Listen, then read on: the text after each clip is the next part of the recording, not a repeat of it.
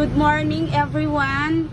Mga guys, let's take the breakfast for today. Ito po mga guys. Ito po yung lugaw.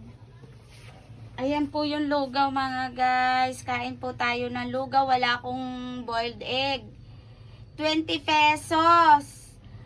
Pwede na, mura na to sa 20 pesos. Okay na. Oh, yan ang iti-take ko na breakfast ko.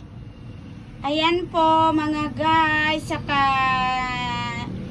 ginger and lemon. Ayan. Let's eat po. Anong almusal nyo dyan mga guys? Kain na po tayo ng lugaw. Pagsaluhan natin ang lugaw na 20 pesos. Masarap to mga guys, yummy!